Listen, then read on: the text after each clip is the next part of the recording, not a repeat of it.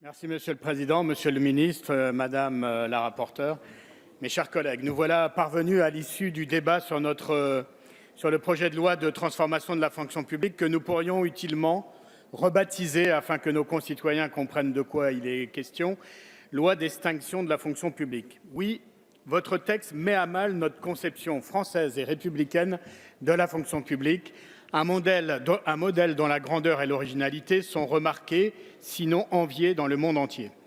Vous affaiblissez une fonction publique fondée sur la neutralité qui garantit de servir l'intérêt général plutôt que les intérêts particuliers.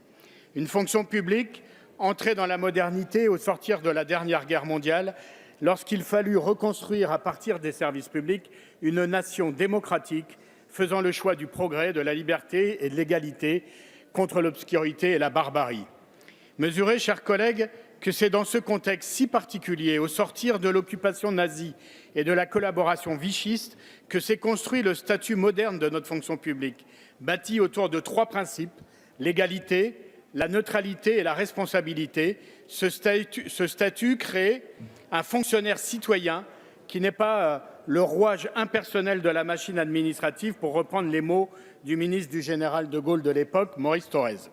Oui, cette fonction publique a su évoluer, notamment sous l'impulsion d'Anicet Le Pors, à l'orée des années 80, pour être l'outil d'une France moderne, décentralisée, organisée, autour de collectivités s'administrant librement dans l'intérêt de tous.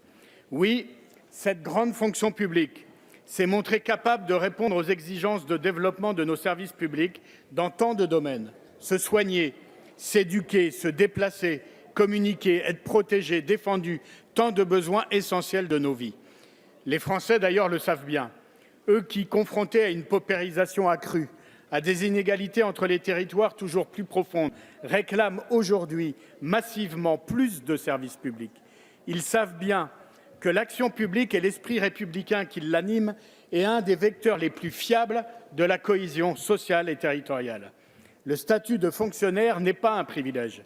Il est l'expression et l'incarnation des valeurs essentielles à la vitalité de notre République, la primauté de l'intérêt général, l'affirmation des principes d'égalité, de laïcité et de probité. Malheureusement, aujourd'hui, votre texte tourne le dos à ces valeurs. Vous choisissez d'opérer un glissement du privé vers le public. C'est votre obsession. Quand vous ne confiez pas au privé les missions du public, vous injectez dans le public les méthodes du privé. C'est l'esprit et la lettre de votre loi que l'État soit, pour reprendre la formule d'Emmanuel Macron, géré comme une entreprise. C'est le sens du recours massif aux contractuels. Or, pour nous, c'est le concours qui doit rester la règle d'entrée dans la fonction publique, car il garantit le principe d'égalité au détriment de l'entre-soi, des réseaux d'influence et du clientélisme. Il garantit à chacun de nos concitoyens de faire valoir ses compétences et il préserve l'action publique des conflits d'intérêts qui contreviennent à l'intérêt général. Il en est de même du pantouflage et du rétro-pantouflage, c'est-à-dire ces allers-retours entre public et privé, ou encore du recours à des contractuels, notamment sur les postes à haute responsabilité, entretenant ainsi la confusion des finalités du public et du privé. Comme dans le privé, avec les contrats de chantier, vos contrats de projet qui peuvent être rompus avant terme et qui ne donnent lieu ni à la titularisation ni à un CDI, réduiront de facto l'indépendance de l'agent vis-à-vis des pressions économiques et politiques. Comme dans le privé, vous introduisez le détachement d'office et l'usage de la rupture conventionnelle, une véritable arme de destruction massive pour satisfaire la véritable ambition de cette loi, c'est-à-dire supprimer 120 000 fonctionnaires à terme, à savoir un plan social inégalé dans le secteur public. Comme dans le privé, vous supprimez les CHSCT et réduisez les prérogatives des CAP. En réalité, votre texte, c'est la loi travail de la fonction publique. Méthodiquement, vous adaptez notre société et ses règles républicaines au seul modèle auquel vous croyez, une société marchande.